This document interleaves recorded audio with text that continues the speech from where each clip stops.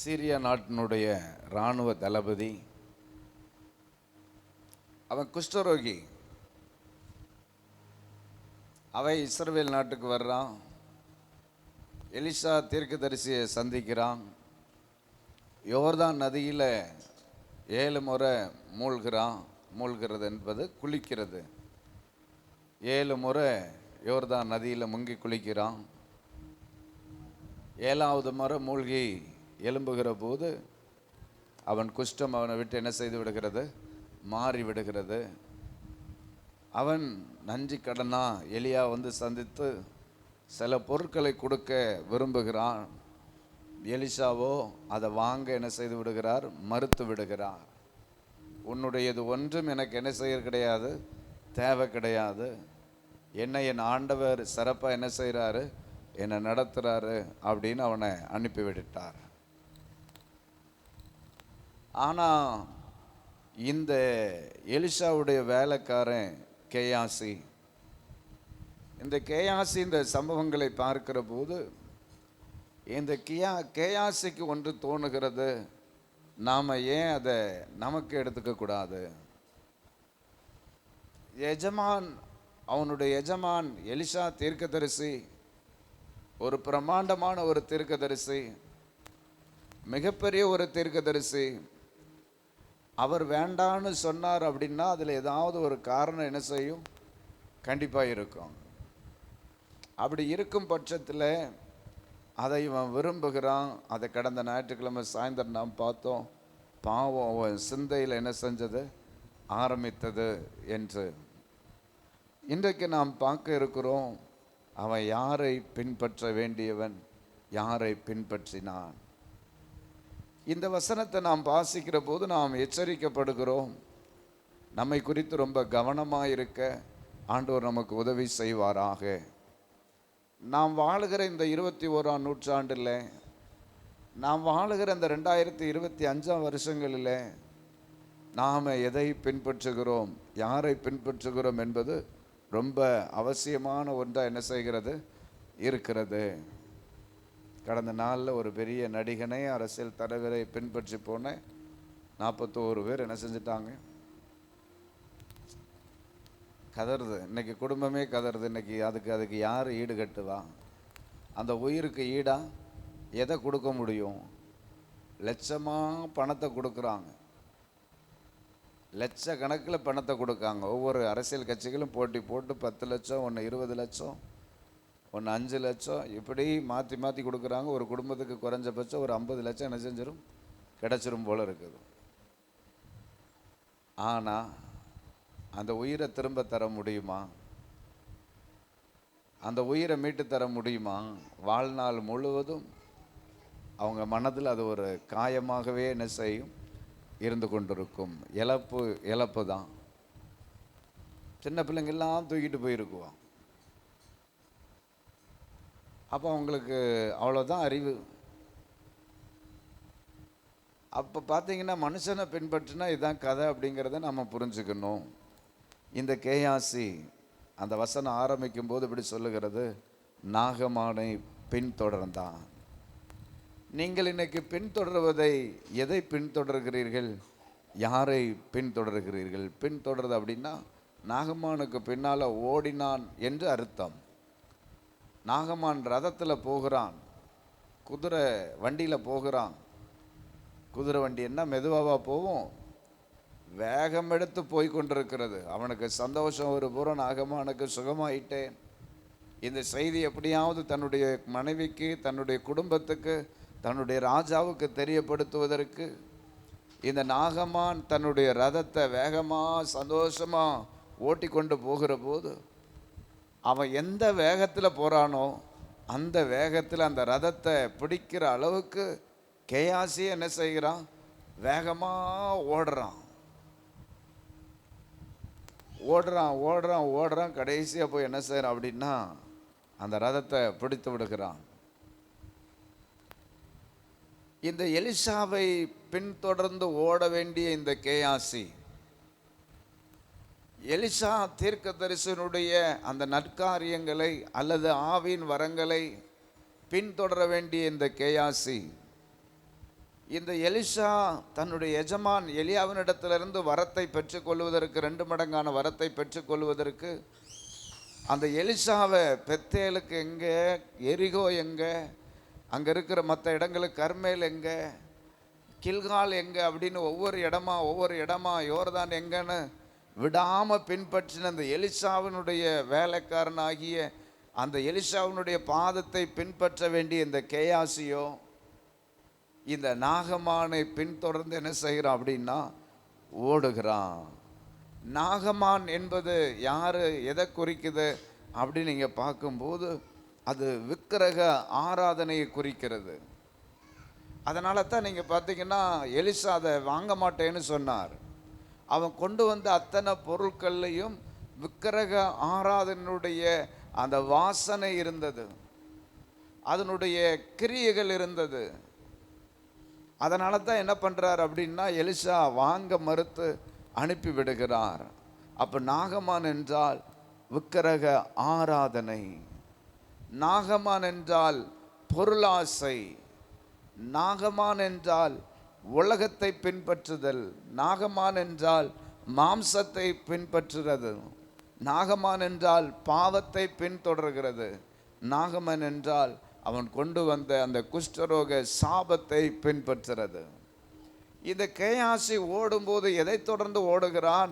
உலகத்தை நோக்கி தன்னுடைய ஓட்டத்தை தொடருகிறான், விக்கிரக வழிபாட்டை நோக்கி தன்னுடைய ஓட்டத்தை தொடருகிறான், சாபத்தை சம்பாதிக்க ஓடுகிறான், உலகத்துக்குள் ஓடுகிறான், பாவத்தை சம்பாதிக்க ஓடுகிறான். இந்த பாவத்தை பின்தொடர்ந்து என்ன செய்கிறான்? வேகமா வேகமா வேகமா வேகமா ஓடுறான். நீங்கள் எதை பின்தொடர்கிறீர்கள்? யாரை பின்தொடர்கிறீர்கள்? உலகத்தையா, பாவத்தையா, சாபத்தையா, இந்த உலகத்தினுடைய பொருளாசையா, இந்த உலகத்தினுடைய விக்கிரக ஆராதனையா? யாரை பின்தொடர்கிறீர்கள் என்பதை நீங்கள் யோசித்து பார்க்க வேண்டியது ரொம்ப அவசியமான ஒன்றாக என்ன செய்கிறது இருக்கிறது. ஒவ்வொரு நாளும் ஆவிக்குரிய வாழ்க்கையில் பின்பற்ற வேண்டியது எதை? இயேசுவை நோக்கி. யாரை பின்பற்ற வேண்டும்? இயேசுவை நோக்கி. நமக்கு நியமித்திருக்கிற ஓட்டத்தில் அந்த கிறிஸ்துவை நோக்கி எபிரேயர் 12ஆம் அதிகாரம் 1ஆம் வசனத்தின்படி நாம் பொறுமையோடு கூட அவரை பின்பற்றி ஓட வேண்டும் என்று வேதம் நமக்கு சொல்லுகிறது. ஆனால் நீங்களும் நானும் வாழுகிற இந்த காலத்தில் நிறைய பேர் கிறிஸ்துவை பின்பற்றினவர்கள். லூக்கா 9ஆம் அதிகாரம் 62ஆம் வசனத்தில் வாசிக்கிறது போல கலப்பையின் மேலே கை வச்சுட்டு பின்னால் திரும்பி பார்த்து போகிறதை நாம் பார்க்க முடிகிறது. ஒரு காலத்தில் வைராக்கியமாக வாழ்ந்தவர்கள், பயங்கரமாக ஊழியம் செய்தவர்கள், பயங்கரமாக விசுவாச வாழ்க்கை வாழ்ந்தவர்கள் இன்றைக்கு பின்னோக்கி பயணித்து கொண்டிருக்கிற ஒரு காலத்தில் இருக்கிறோம். பின்மாற்ற ஆவி அவர்களை திசை திருப்புகிறதை நாம் பார்த்து கொண்டிருக்கிறோம்.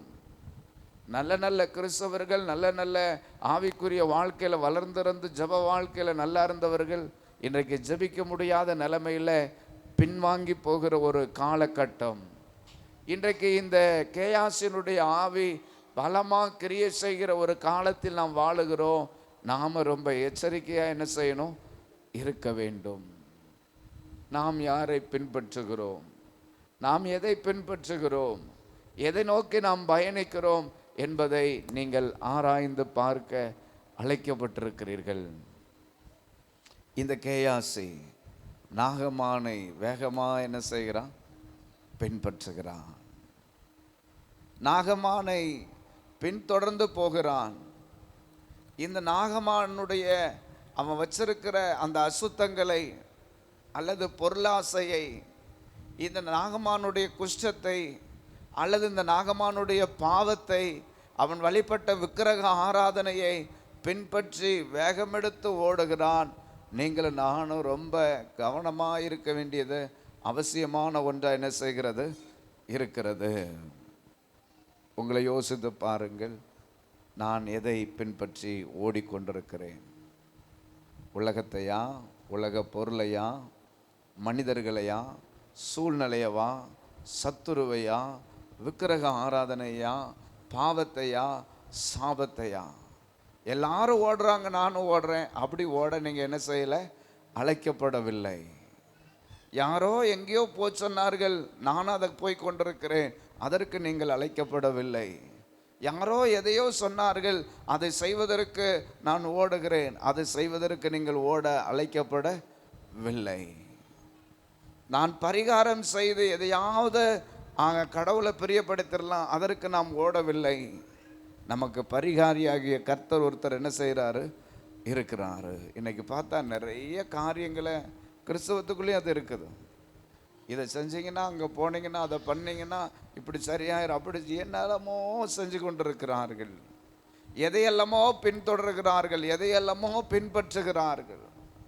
எதையெல்லாம் ஆண்டவர் செய்யக்கூடாது என்று சொல்லியிருக்கிறாரோ அதையெல்லாம் இன்றைய கிறிஸ்தவர்கள் என்ன செய்கிறார்கள்? செய்து கொண்டிருக்கிறார்கள். எப்படி ஆண்டவர் அறியாத மக்கள் புண்ணிய ஸ்தலங்களை தேடி ஓடுகிறார்களோ, இன்றைக்கு கிறிஸ்தவர்கள் அதை பின்பற்றி என்ன செய்கிறார்கள்? ஓடிக்கொண்டிருக்கிறார்கள். நீங்களும் நானும் எதை மாதிரியாக வைத்து பின்தொடர்கிறோம்? நாம் இந்த உலக வழக்கத்தையா, இந்த உலக பழக்கத்தையா, இந்த உலகத்தினுடைய காரியத்தையா? இன்றைக்கு நாம் பார்க்கிறோம், ஆண்டவர் அறியாத மக்கள் விதவிதமாக வேஷமிட்டு விதவிதமாய் தங்களை மாற்றிக்கொண்டு இந்த காலகட்டத்தில் செய்கிறத நம்ம பார்க்குறோம். இது அப்படியே இன்னைக்கு கிறிஸ்தவத்துக்குள்ள என்ன செஞ்சுக்கிட்டு இருக்குது? அப்படியே தலை தூக்கிட்டு இருக்குது. இன்னைக்கு அதை தான் நம்மளும் செய்ய முற்பட்டிருக்கிறோம். நாகமான பின்பற்றின கேயாசியை போல இன்னைக்கு வழி விலகி போகிறது, தாறுமாறாய் போகிறது, பாதை மாறி போகிறது. நமக்கான வேதம் என்ன வழியை கற்றுக் கொடுத்திருக்கிறதோ, வேதம் என்ன வழியை வகுத்து கொடுத்திருக்கிறதோ, ஆண்டவராகிய இயேசு கிறிஸ்து நம்ம எதை பின்பற்றி பயணிக்க சொன்னாரோ நாம் அதையெல்லாம் மாற்றி என்ன செய்கிறோம்? பயணிக்கிறோம். ஒருவன் என்னை பின்பற்றி வர விரும்பினார், தன்னைத்தான் வெறுத்து தன் சிலுவையை எடுத்துக்கொண்டு என்னை பின்பற்ற கடவன். இன்னைக்கு நம்ம வெறுக்கிறதுக்கு கிறிஸ்துவ வாழ்க்கையில் நிறைய பேரால் என்ன செய்யலை? முடியலை.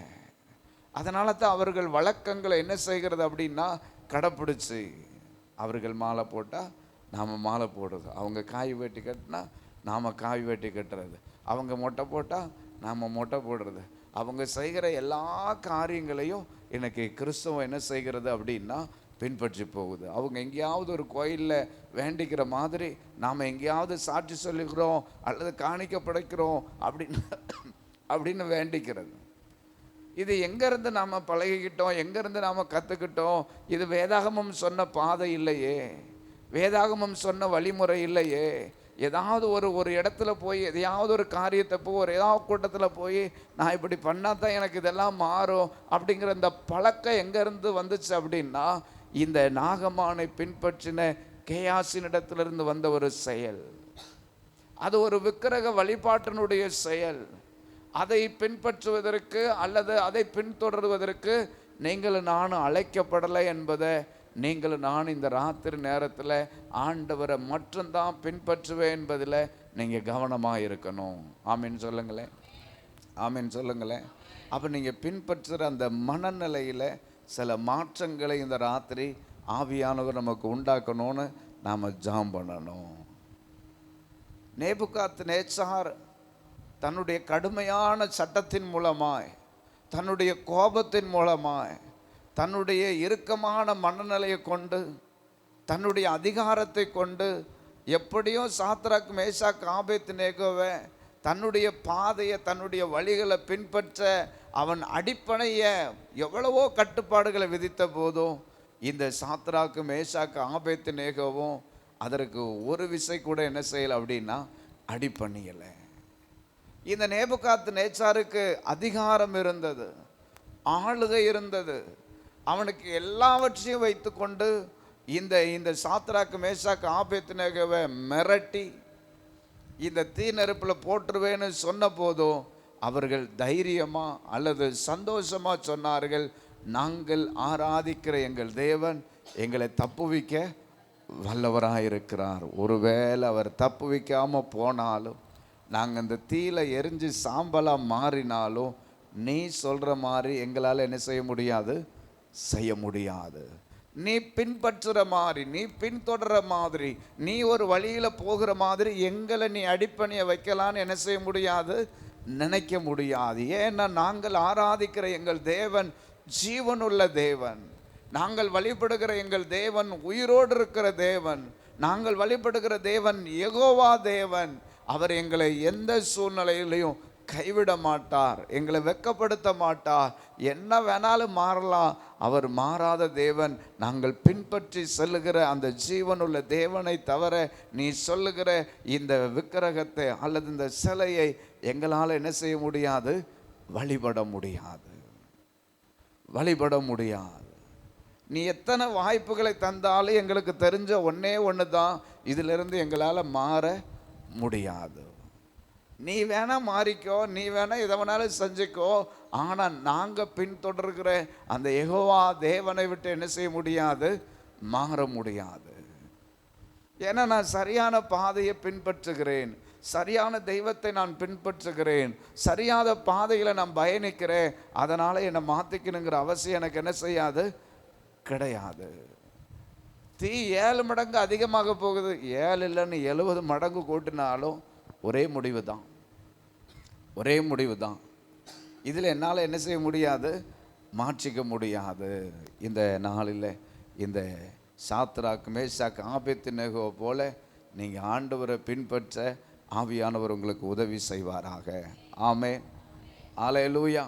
அவங்க பின்பற்றின அந்த தெய்வத்தை ஒருபோதும் அவங்க என்ன செய்யலை அப்படின்னா மறுதளிக்கலை. அவங்க வழி மாறலை, அவங்க மனம் மாறலை. ஏன்னா அவங்களுக்கு தெரிஞ்சது, நான் சரியான பாதை என்ன செய்கிறேன்? பயணிக்கிறேன். உங்களுக்கு அப்படிப்பட்ட ஒரு வைராக்கியத்தை இந்த ராத்திரி ஆண்டவர் தருவாராக. உங்களுக்கு ஒரு தெளிவை ஆண்டவர் இந்த ராத்திரி தருவாராக. இந்த ராத்திரி அப்படிப்பட்ட ஒரு நல்ல தைரியமாய் முடிவெடுக்கக்கூடிய மனநிலை ஆண்டவர் தருவாராக. யாருக்காகவும் யாரையும் திருப்திப்படுத்தவோ நம்ம சரியான பாதையிலிருந்து என்ன செய்ய முடியாது? மாற முடியாது, மாறக்கூடாது. இந்த சாத்ராக் மேஷாக் ஆபேத்நேகோ அப்படி நின்னதுனால என்ன கிடச்சிச்சு அப்படிங்கிறது நமக்கு தெரியும். தீயில தூக்கி போட்டால் அவங்க அவங்க அவங்க அவங்க துணி தீப்பிடிக்கலை, முடி தீப்பிடிக்கலை, அவங்க உடம்புல எந்த தீக்காயமும் என்ன செய்யலை? ஏற்படலை. ஏன்னா கடவுள் இறங்கி வந்து அந்த 3 பேரு கூட சேர்ந்து 4வது ஆளாக என்ன செய்கிறாரு? அவங்க கூட அந்த நெருப்பில் அந்த தீயில நடக்கிறார், அவங்கள பாதுகாக்கிறார். அவருக்காக வைராக்கியம் பாராட்டினபடினால், அவரை உண்மையாய் உறுதியாய் பின்பற்றினபடினால் அவர்களை அவர் விட்டுவிடவில்லை. மாறாக அவங்க கூட சேர்ந்து அவர் என்ன செய்கிறாரு? உலாவுகிறார். ஆம், நீங்கள் பின்பற்றுகிற தேவன் உங்களை பாதி வழியில் கைவிடுகிறவர் அல்ல. மாறாக எந்த சூழ்நிலை உங்களுக்கு வந்தாலும், எப்படிப்பட்ட பாடுகள் உபத்திரவங்கள் வந்தாலும் அவரை பின்பற்றி நீங்கள் போனீங்கன்னா ஆண்டவர் ஒரு நாள் உங்களை என்ன செய்ய மாட்டார்? கைவிட மாட்டார். மனிதனுடைய மிரட்டலுக்கு, சூழ்நிலைகளுக்கு நீங்கள் ஒருபோதும் சம்மதிக்காமல் சரியாத பாதையில் சிலுவையின் ஆதரை நீங்கள் பின்பற்றி செல்வீர்களேயானால் அந்த தேவன் எப்பொழுது உங்கள் கூட என்ன செய்வார்? இருந்து நடத்துவார். இந்த கேயாசி நாகமானை என்ன செய்கிறான்? பின்தொடர்கிறான். நீங்கள் நாகமானை பின்தொடருங்களா? ஜீவனுள்ள தேவனை பின்தொடருங்களா? யாரை பின்பற்றுகிறீர்கள்?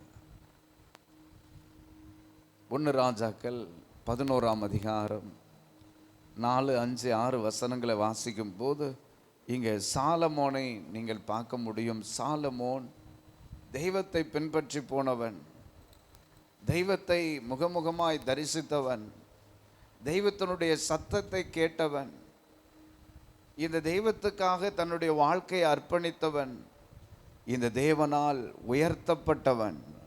விசேஷித்த விதமாய் அவனுக்கு முன்னாலேயும் பின்னாலேயும் ராஜாக்கள் அப்படி எழும்பினது இல்லைன்னு சொல்லக்கூடிய அளவுக்கு ஞானத்தினால் நிரப்பப்பட்ட ஒரு மனிதன். ஆனாலோ அவன் பின்பற்றின அந்த பாதையிலிருந்து, அந்த தேவனுடைய திட்டத்திலிருந்து, அந்த சரியான பாதையிலிருந்து என்ன பண்ணுறான் அப்படின்னா கொஞ்சம் கொஞ்சமாக வழி மாறி போகிறான். அந்நிய தேவர்களை நீ பின்பற்றக்கூடாது என்று ஆண்டவர் அவனுக்கு எச்சரித்திருந்த போதும், வேதம் அவனுக்கு எச்சரிப்பை கொடுத்திருந்த போதும், தன்னுடைய திருமண உறவில் அவன் வாழ்க்கையில் ஒரு தடம்புறுதல் ஏற்படுகிறது, ஒரு பின்மாற்றம் ஏற்படுகிறது. ஒரு மனுஷனுடைய அல்லது ஒரு மனுஷனுடைய வாழ்க்கையில் ரொம்ப முக்கியமான ஒரு நேரம் இந்த திருமண காரியங்கள். இந்த திருமண காரியங்களில் ஒரு மனிதன், ஒரு வாலிபன் அல்லது வாலிப பெண்மணி ஒரு சரியான பாதையை தேர்வு செய்ய விட்டால் அவங்க வாழ்க்கை முழுவதும் நரகமாக மாறிடும் அல்லது மகிழ்ச்சியாக மாறிடும். அவங்க எடுக்கிற அந்த முடிவு ரொம்ப முக்கியமான ஒன்று, அதில் ரொம்ப கவனமாக இருக்கணும். அப்போ நீங்களும் நானும் வாழுகிற இந்த காலகட்டத்தில் இன்றைக்கு இருக்கிற வாலிப பிள்ளைங்க, வாலிப பையங்க, உங்கள் எதிர்காலத்தை குறித்து ரொம்ப கவனமாக இருக்கணும். சாலமோனுக்கு ரொம்ப அறிவு. அவன் நினச்சிருப்பான் இப்படியெல்லாம் நம்ம மாற்றிக்கலாம், இப்படிலாம் செஞ்சுருக்கலாம்னு நினச்சிருப்பான். ஆனால் அவனால் என்ன செய்ய முடியலை, வெளியே வர முடியலை. நீங்கள் இந்த பகுதியை வாசிக்கிற போது, சாலமோன் வயது சென்ற போது அவனுடைய மனைவிகள் அவன் இருதயத்தை அந்நிய தேவர்களை பின்பற்றும்படி சாய பண்ணினார்கள். அதனால் அவனுடைய இருதயம் அவன் தகப்பனாகிய தாவீதின் இருதயத்தை போல தன் தேவனாகிய கர்த்தரோடே உத்தமமாய் உண்மையாய் இருக்கவில்லை. சாலமோன் சீதோனியரின் தேவியாகிய அஸ்தரோத்தையும் அம்மோனியரின் அருவருப்பாகிய மில்கோமையும் பின்பற்றினான். சாலமோன் தன் தகப்பனாகிய தாவீதை போல கர்த்தரை பூரணமாய் பின்பற்றாமல் கர்த்தரின் பார்வைக்கு பொல்லாப்பானதாய் செய்தான். ஆரம்பம் ரொம்ப பிரகாசமாக இருந்தது இந்த சாலமோனுடைய வாழ்க்கை. ஆனால் முடிவோ ரொம்ப சறுக்கலாக என்ன செஞ்சது, மாறிவிட்டது. அதனால தான் வேதம் எச்சரிக்கிறது, நிற்கிறேன் என்று சொல்லுகிறவன் தன் விழாதபடி என்ன செய்யணும், எச்சரிக்கையாக இருக்க கடவன். இது என்ன செஞ்சிரும், இதில் என்ன தப்பு இருக்குது அப்படின்னு நீ சிந்திப்ப அப்படின்னா உன்னுடைய எதிர்காலம் வீணாக போயிடும். உன்னுடைய எதிர்காலம் ஆண்டவரை விட்டு வழி விலகி போயிடும். உன் எதிர்காலத்தில் தேவ பிரசன்னம் என்ன செய்யாது, இருக்காது. விக்கிரக ஆராதனை செய்கிற நபர்களோடு இந்த திருமண சம்பந்தங்கள், உறவுகள் கலக்குமையானால் ஆரம்பம் ரொம்ப ஆசீர்வாதமாக இருக்கிறது போல தெரியும், குறைவில்லாதது இருக்கிறது போல தெரியும். அது அவங்களுக்கு புரியாது, தெரியாது. ஆனால் நாள் ஒன்று வரும், சாலமோனை விட ஞானம் யாருக்காவது இருக்கிறதா, சாலமோனை விட வல்லமை யாருக்காவது இருக்கிறதா, சாலமோனை விட பணபலம் படைத்தவர்கள் உண்டா? ஆனால் அந்த அப்பேற்பட்ட சாலமோனையே இந்த விக்கிரக ஆவிகள் வீழ்த்தினதென்றால் இன்றைக்கு வாழுகிற நீங்கள் ரொம்ப கவனமாக இருக்கணும். உங்கள் எதிர்காலத்தை குறித்து என்ன செய்யணும், கவனமாக இருக்கணும். விக்கிரக ஆராதனை தான் இன்னைக்கு ரொம்ப ஜாலியாக இருக்குது, ரொம்ப சந்தோஷமாக இருக்கிறது போல தெரியும். ஆனால் நாள் ஒன்று வரும், தேவன் உங்களை விட்டு விலகிவிட வாய்ப்பு இருக்கிறது. தேவனால் கைவிடப்பட வாய்ப்பு இருக்கிறது. தேவ மகிமையை நீங்கள் இழந்து போகிறதுக்கு வாய்ப்பு இருக்கிறது. தேவனோடு இருக்கிற உறவை நீங்கள் இழந்து விடுவதற்கு வாய்ப்பு இருக்கிறது. இந்த விக்கிரக ஆவிகள், அசுத்த ஆவிகள் முழு நோக்கமே என்னன்னா, உங்களை தேவனை விட்டும் தேவ பிரசன்னத்தை விட்டும் வெளியே கொண்டு வருவதே. அப்படி வெளியே உங்களை வாழ்க்கை வறுமையானால் அங்கே வேதம் சொல்லுகிறது, அவன் தகப்பனுடைய தாவீதனுடைய இருதயத்தை போல அவன் இருதயம் தெய்வத்தை உத்தமமாக என்ன செய்யலையா, பின்பற்றவில்லை. அவன் யாரை பின்பற்றினா, 5 வசனம் சொல்லுகிறது, அஸ்தரோத்தையும் மிக்கோமையும் அம்மோனியர்களுடைய தெய்வத்தையும் சீதோனியர்களுடைய தெய்வத்தையும் அவன் பின்பற்ற ஆரம்பிக்கிறான். எதெல்லாம் பின்பற்றக்கூடாதுன்னு ஆபிரகாமை அந்த கூட்டத்திலிருந்து வெளியே கொண்டு வந்தாரோ, இஸ்ரவேல் மக்களை எகிப்திலிருந்து வெளியே கொண்டு வந்தாரோ, அந்த நோக்கத்தை எல்லாம் சாலமோன் என்ன செய்து விட்டான், மறந்து போய்விட்டான். அதை எண்ணாமல் போய்விட்டான். ஏனென்றால் அவன் நினைத்தான், இது நம்மளை என்ன செய்து விடும், இது நமக்கு என்ன கொண்டு வந்து விடும், இதனால என்ன நமக்கு கஷ்டமாயிர போது.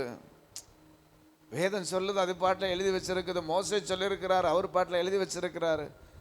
நம்ம வழியில் பயணிப்போம் அப்படின்னா, ஆனால் முடிவு ஒரு பரிதாபமான முடிவாய் இந்த சாலமோனுடைய வாழ்க்கை என்ன செய்து விடுகிறது, முடிந்து விடுகிறது.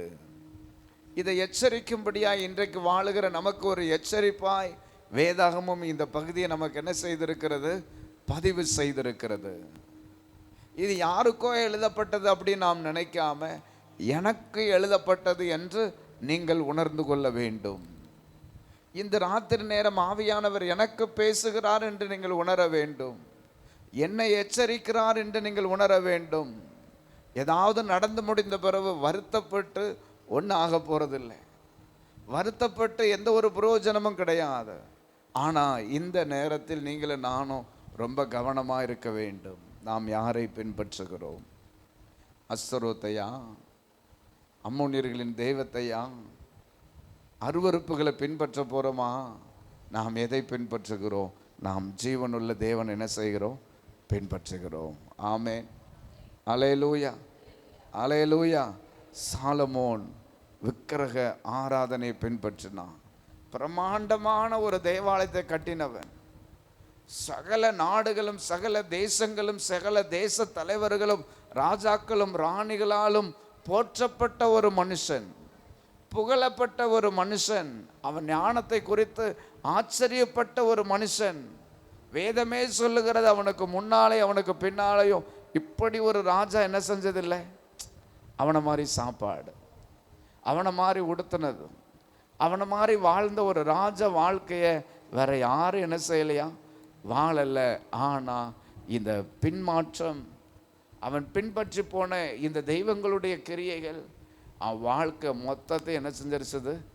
நாசம் பண்ணி போட்டது. அவனை பின்மாற்றத்துக்குள்ளே கொண்டு போனது. அதனால தான் நாம் ரொம்ப கவனமாக இருக்கணும். நான் எதை பின்பற்றுகிறேன்? யாரை பின்பற்றுகிறேன்? எதை நோக்கி நான் பயணிக்கிறேன்? இந்த உலக வாழ்க்கை ரொம்ப குறுகினது. எவ்வளவு காலம் தெரியாது. ஆனால் இதுக்கு ஒரு முடிவு என்ன செய்கிறது? இருக்கிறது. அப்போ நம்ம எதை பின்பற்றுறோம்? யாரை பின்பற்றுறோம்? ரொம்ப கவனமாக இருக்க. நீங்கள் என்னாகமோ 14 என்னாகமோ 14:24 நீங்கள் வாசித்து பார்த்தீங்கன்னா, ஒரு மனிதனை குறித்து தேவன் பெரிய அளவில் மெச்சிக்கொள்ளுகிறார். அவன் காலேப். வேற ஆவி உடையவனாக இருந்து உத்தமமாக என்னை பின்பற்றினான் என்று தேவனே அவனை குறித்து சாட்சி சொல்லுகிறார். காலேப், இஸ்ரவேல் மக்கள் எகிப்தில் இருந்து படைப்படையாய் கூட்டங்கூட்டமாய் லட்சமாய் பல லட்சங்கள் அங்கிருந்து புறப்படுகிறார்கள். ஆனால் புறப்பட்ட எல்லாரும் கானான் என்ன செய்யலை?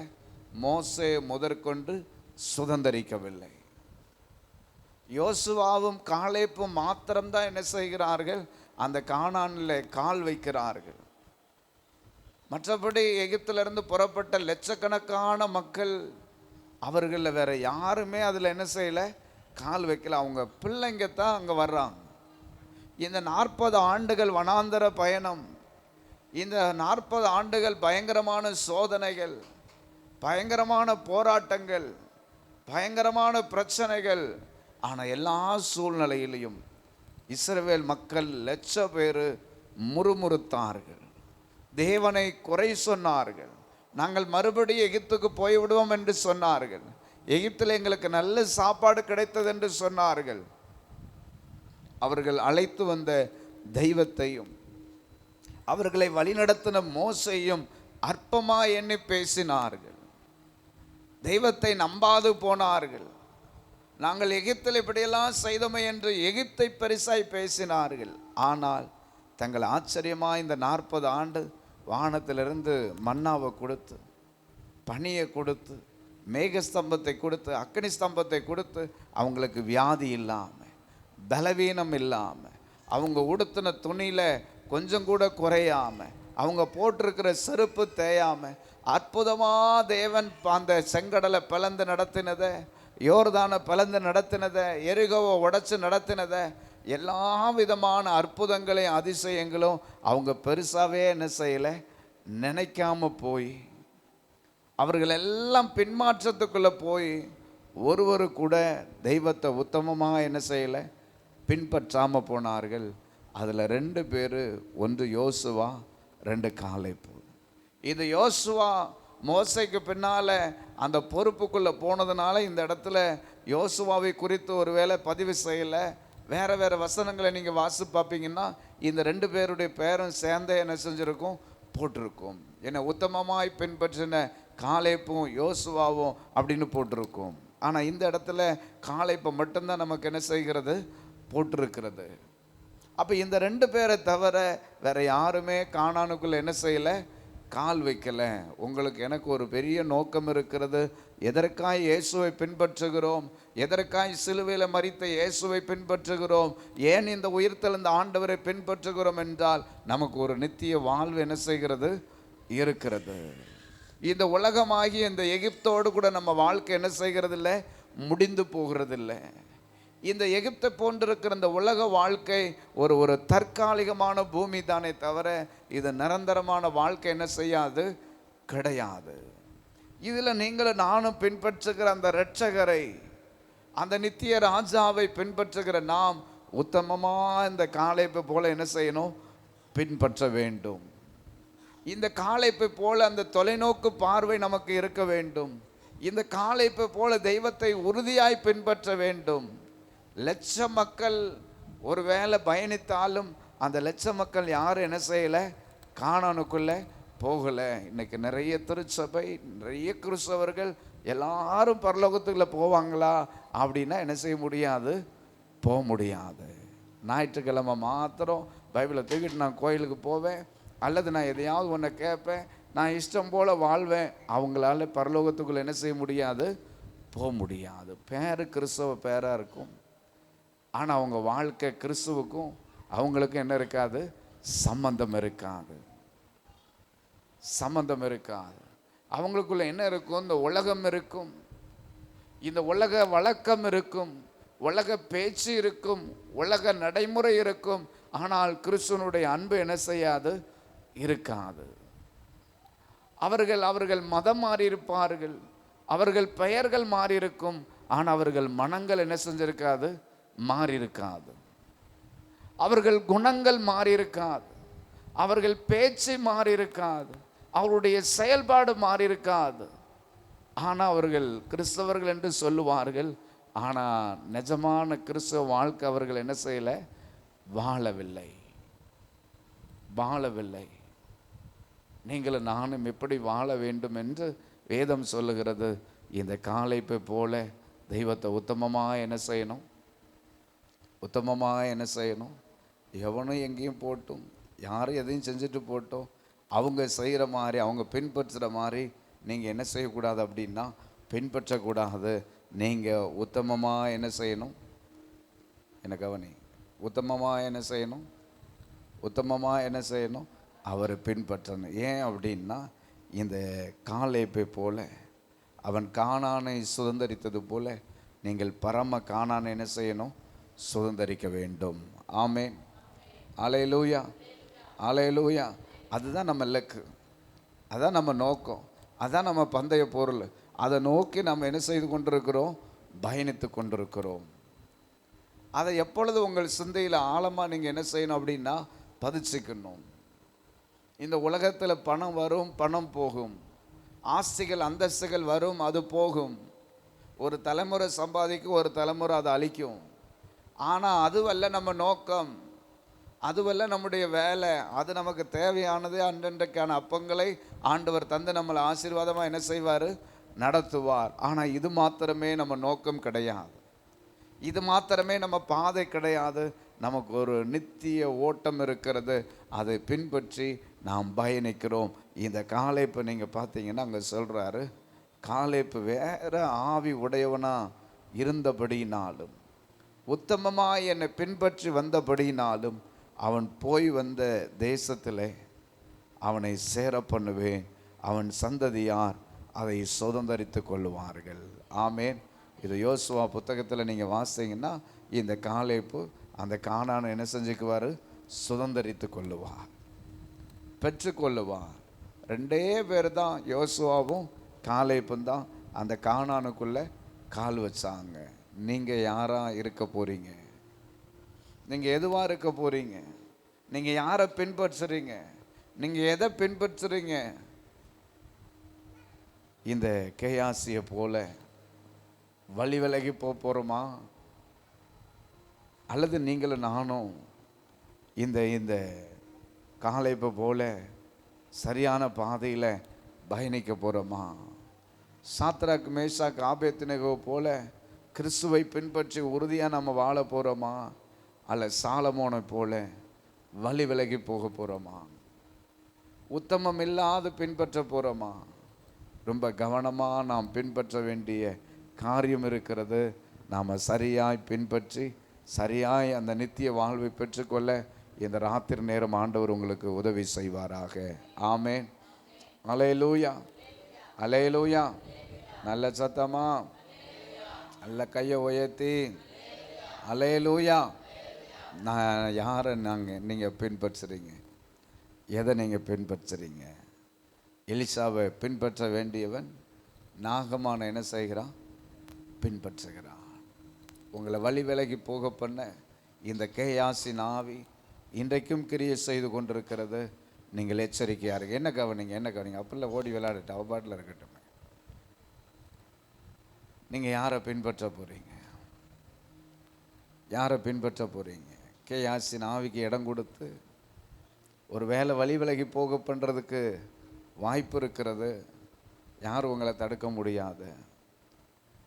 ஆனால் கவனமாக இருந்தீங்கன்னா இந்த ஆவியினுடைய பிடியிலிருந்து நீங்கள் என்ன செஞ்சிடலாம்? தப்புவிக்கப்படலாம். உங்களுக்கு தேவையில்லாத பாதையில் நீங்கள் என்ன செய்யக்கூடாது? பயணிக்கக்கூடாது, பயணிக்கக்கூடாது. இந்த எலிசாவுக்கு தெரியாமலே இவன் என்ன செய்யறான் அப்படின்னா இந்த பயணத்தை தொடரான். யாரை வேணாலும் ஏமாத்திடலாம். ஆனால் அவருடைய கண்களை நம்ம என்ன செய்ய முடியாது? முடியாது. உள்ளமோ வெளியவோ எதில் வேணாலும் நம்ம சரியான பாதையை பின்பற்றி போக ஆண்டவர் உதவி செய்யட்டும். இந்த கேயாசியை போல் நாம் என்ன செய்யக்கூடாது?